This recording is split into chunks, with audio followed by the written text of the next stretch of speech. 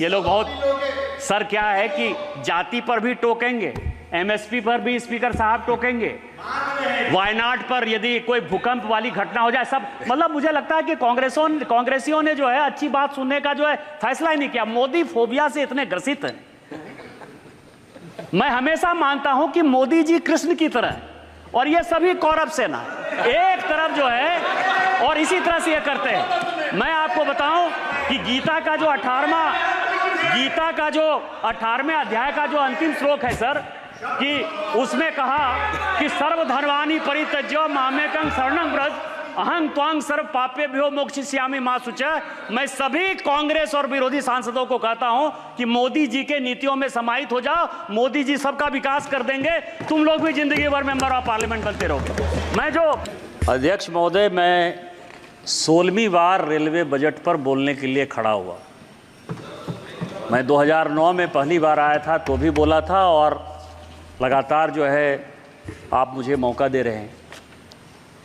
सबसे पहले तो मैं आपको धन्यवाद देना चाहता हूं और मंत्री जी को कि रेलवे आम जनता से जुड़ा हुआ इतना बड़ा विषय है जो कि गरीबों का सचमुच का साधन है। आज भी यदि ट्रांसपोर्टेशन का जो हम चर्चा करते हैं, जिस तरह के वोटर से वोट लेकर हम आते हैं, उसमें जिनकी हम चर्चा करना चाहते हैं या जिनके लिए चर्चा करते हैं या जिनके लिए हम वोट पाते हैं, उसमें रेलवे आज भी ट्रांसपोर्टेशन का सबसे सस्ता साधन है। गरीबों को रेल चाहिए, और उस रेल बजट पर पिछली बार भी आप रात 12:30-1 बजे तक जग के खुद से, बहुत कम ऐसा अवसर मैंने देखा कि लोकसभा का अध्यक्ष वो खुद से इन चीज़ों में इंटरेस्ट ले रहा है, वो बैठा हुआ है। और मैं माननीय मंत्री जी अश्विनी वैष्णव जी का भी आभार प्रकट करता हूं कि ये भी कभी भी मिनिस्टर ऑफ स्टेट या दूसरे मंत्री को नहीं छोड़ते हैं। माननीय मंत्री जी पूरा समय सदन में बैठकर सुने एक ही चीज। तो आप दोनों सबसे पहले बधाई के पात्र हैं कि सचमुच ये सदन लोकसभा गरीबों के लिए बना है और गरीबों की बातों को प्राथमिकता देते हुए उस पर डिस्कशन करता है। दूसरा, अध्यक्ष महोदय, मैं 2009 में जब यहां आया तो 2014 तक, अभी कई एक लोगों ने, यहाँ सुदामा जी बैठे हुए हैं, एक आध और कांग्रेस के लोगों को मैंने देखा, ये बात करते हैं कि रेल बजट अलग से होना चाहिए, रेल बजट को केंद्रीय बजट में क्यों शामिल कर दिया। ये सबसे बड़ा रिफॉर्म है माननीय मोदी जी का। यदि मोदी जी ने कोई काम, सबसे बड़ा काम किया इस देश के गरीबों के लिए, तो रेल बजट को जनरल बजट का पार्ट बना। वो कैसे बनाया कि मैं 2009 से लेकर 2014 तक लगातार इस सदन में जब भी रेल बजट होता था, एक ही चीज की चर्चा होती थी कि यात्री किराए की वृद्धि होगी कि नहीं होगी। धर्मेंद्र यादव साहब के साथ जो है, मैं उस वक्त सांसद था, प्लेटफॉर्म टिकट पर कितना पैसा बढ़ गया, किस इलाके के लोगों को कौन सा रेल मिल गया। 2015 के बाद से एक भी मेंबर ऑफ पार्लियामेंट ने किराए की यदि बात कही हो तो आप प्रधानमंत्री जी को कह सकते हैं कि प्रधानमंत्री जी ने यह रिफॉर्म बड़ा किया या छोटा किया। कोई प्लेटफॉर्म टिकट की बात नहीं करता, ना किराए बढ़ने की बात करता है। इसका मतलब यह है कि पिछले 9 साल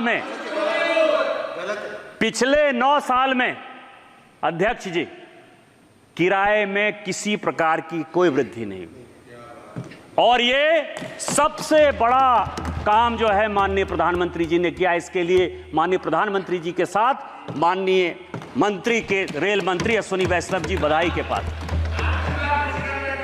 दूसरा बड़ा जो ट्रांसफॉर्मेशन है, सुनिए, मणिकम टैगोर साहब जब बात करते हैं ना, मैं आपको बताऊं कि इस देश में माननीय अटल बिहारी वाजपेयी जी ने एक बड़ा काम किया कि प्रधानमंत्री ग्राम सड़क योजना के माध्यम से प्रत्येक गांव को जोड़ने का काम किया। और आज भी गरीबों को, ग्रामीणों को यदि रोड की सुविधा मिली तो उसके लिए अटल बिहारी वाजपेयी जी जिंदगी भर अजर अमर होंगे।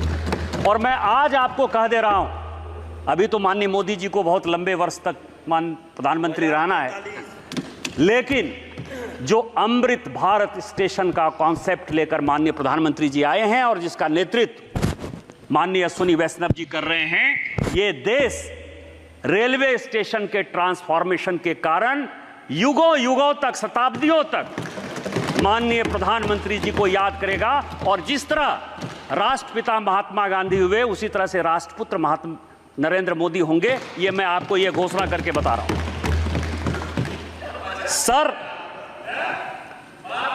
सर रेलवे ने जो दूसरा ट्रांसफॉर्मेशन किया, जिसका मैं अमृत भारत स्टेशन देखा था, कभी देखा था मनिकम? आप जब से एमपी बने हो ना, मैंने पता किया, एक बार रेल से यात्रा नहीं की हो इस बार। न 17वीं लोकसभा में 2 बार यात्रा की हो, 17वीं लोकसभा में 2 बार रेल देखा है आपने, और 18वीं लोकसभा में तो एक बार भी नहीं गए हो। आपको क्या पता? मैं तो बिना रेल के अपनी कॉन्स्टिट्यूएंसी पहुंच ही नहीं सकता। मुझे तो रेल जाना है। अध्यक्ष महोदय, मैं दूसरी बात कह रहा हूं कि हमारे जैसे पिछड़े, मैं झारखंड राज्य से आता हूं, और झारखंड राज्य इस देश के रेल को चलाने में सबसे बड़ा टूल है। 35 से 40% जो रेवेन्यू है रेलवे का, पूरे देश के रेवेन्यू का, वो झारखंड देता है। लेकिन गोड्डा, जहां से मैं सांसद था, अध्यक्ष महोदय, 75 साल में गोड्डा के लोगों ने रेल नहीं देखा। और आजादी के 75 साल बाद 2022 में यदि रेल गया गोड्डा, तो माननीय प्रधानमंत्री जी के कारण गया और माननीय वैष्णव जी के कारण। मैं बधाई नहीं दूं, 7,500 करोड़ इसमें मिला है। और जो सबसे बड़ा ट्रांसफॉर्मेशन है अध्यक्ष महोदय, कि हमारे जैसे पिछड़े जगह के जो सांसद होते हैं, उनको रेल इसलिए नहीं मिलता कि रेट ऑफ रिटर्न के आधार पर, जो अंग्रेज कानून बनाकर गए, अंग्रेज के कानून के आधार पर ही पूरी की पूरी कांग्रेस 70 साल तक रेल नहीं देती रही, क्योंकि आपके इलाके में रेट ऑफ रिटर्न नहीं है। और मैं आपका शुक्रगुजार हूं कि एक दिन जब मैं यहां भाषण दे रहा था आज से 2 साल पहले, और मैंने 2 बातें कही कि ये जो हम पढ़ते हैं कि मुंबई थाने पहला रेल था, ये गलत है। फैक्ट ये है कि हावड़ा से दीघा इस देश का पहला रेल लाइन था। बिल्कुल सही। वो दूसरा रेल लाइन था, जो इंजन आ रहा था, जो डब्बे आ रहे थे, वो समुद्र में डूब गए।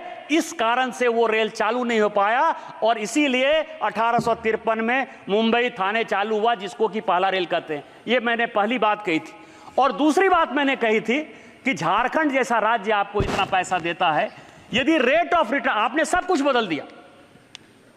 आप राजा महाराजे को जितना गाली दो, यदि जोधपुर में, जैसलमेर में, उदयपुर में, मंत्री जी को मैंने कहा यदि आपके राज्य में रेल है तो उसका कारण यह है कि वहां के राजा ने जो है अपने जनता के लिए किया। हम भी तो जनता की सेवा के लिए ही हैं। रेट ऑफ रिटर्न के आधार पर रेल लाइन नहीं बनना चाहिए, क्योंकि कई एक राज्य सरकारें हैं जो पैसा नहीं देना चाहती हैं। और मैं प्रधानमंत्री जी का शुक्रगुजार, मैं उनसे व्यक्तिगत तौर पर मिलने के लिए भी गया था, और उन्होंने इस देश के पूरे पॉलिसी को बदल दिया। अब कोई भी rail line rate of return के आधार पर नहीं होती है। और उसका सबसे पहला फायदा माननीय मंत्री जी ने मुझे दिया कि गोड्डा से पीरपैंती रेल लाइन के लिए 2000 करोड़ रुपया सैंक्शन हुआ। सबसे पहला मैं उसका लाभार्थी हूं, और इस कारण से आज हमारे इलाके में रेल है। मैं ये कहना चाहता हूं, ये लोग बहुत, सर क्या है कि जाति पर भी टोकेंगे, एमएसपी पर भी स्पीकर साहब टोकेंगे, वायनाड पर यदि कोई भूकंप वाली घटना हो जाए, सब, मतलब मुझे लगता है कि कांग्रेसियों ने जो है अच्छी बात सुनने का जो है फैसला ही नहीं किया। मोदी फोबिया से इतने ग्रसित हैं। मैं हमेशा मानता हूं कि मोदी जी कृष्ण की तरह है, और ये सभी कौरव सेना है, एक तरफ जो है, और इसी तरह से ये करते हैं। मैं आपको बताऊं कि गीता का जो 18वें अध्याय का जो अंतिम श्लोक है सर, कि उसमें कहा कि सर्वधर्माणि परित्यज्य मामेकं शरणं व्रज अहं त्वां सर्व पापेभ्यो मोक्षयिष्यामि मा शुचः। मैं सभी कांग्रेस और विरोधी सांसदों को कहता हूं कि मोदी जी के नीतियों में समाहित हो जाओ, मोदी जी सबका विकास कर देंगे, तुम लोग भी जिंदगी भर मेंबर ऑफ पार्लियामेंट बनते रहोगे। मैं जो बात कहना चाहता हूं अध्यक्ष महोदय, कि मेरा जो इलाका है वो इस देश को समझने वाला इलाका है। यदि कुरुक्षेत्र में कृष्ण ने गीता का उपदेश दिया तो कर्ण की जो राजधानी थी वो अंग प्रदेश हमारे यहां। समुद्र मंथन जहां चाहे वो नासिक में हो, हमारे यहां समुद्र मंथन हुआ। मंदार पहाड़, बाबा बैद्यनाथ हैं। अभी भी आप समझिए कि सोमवार के दिन जो है अध्यक्ष महोदय 8 लाख लोगों ने वहां पूजा किया। अभी सोमवार के दिन 8 लाख लोग, इतनी भीड़ कहीं नहीं रहती। उस इलाके में रेल इंफ्रास्ट्रक्चर और टूरिज्म जो है सबसे बड़ा रोजगार का साधन जो है इस दुनिया में टूरिज्म। कई एक रेल लाइन ऐसे हैं जो कि पेंडिंग है और माननीय मंत्री जी ने आश्वासन दिया था कि 100 दिन की जो कार्य योजना है उस कार्य योजना में वो कंप्लीट होगा। उसमें जो रेल लाइन है अध्यक्ष महोदय की देवघर से वो गोड्डा होते हुए रेल लाइन पिरपैती जा रही है, जिसका एक्सटेंशन जो है विक्रमशिला का जो प्राचीन विश्वविद्यालय है जो मेरा पैतृक घर है, और वहां से वो बटेश्वर स्थान में गंगा पर पुल क्रॉस करेगा तो ये 5 बाईपास हो। वो अभी तक नहीं हुआ है। मेरा मंत्री जी से आग्रह होगा कि वो हो जाएगा। दूसरा, कोयला जो है 2070 तक हमने कमिट किया है कि 2070 तक कार्बन एमिशन में कोयले को खत्म कर देना है। हमारे यहाँ कोयला बहुत है और गोड्डा से लेके पाकुड़ तक केवल कोयले का बड़ा भंडार।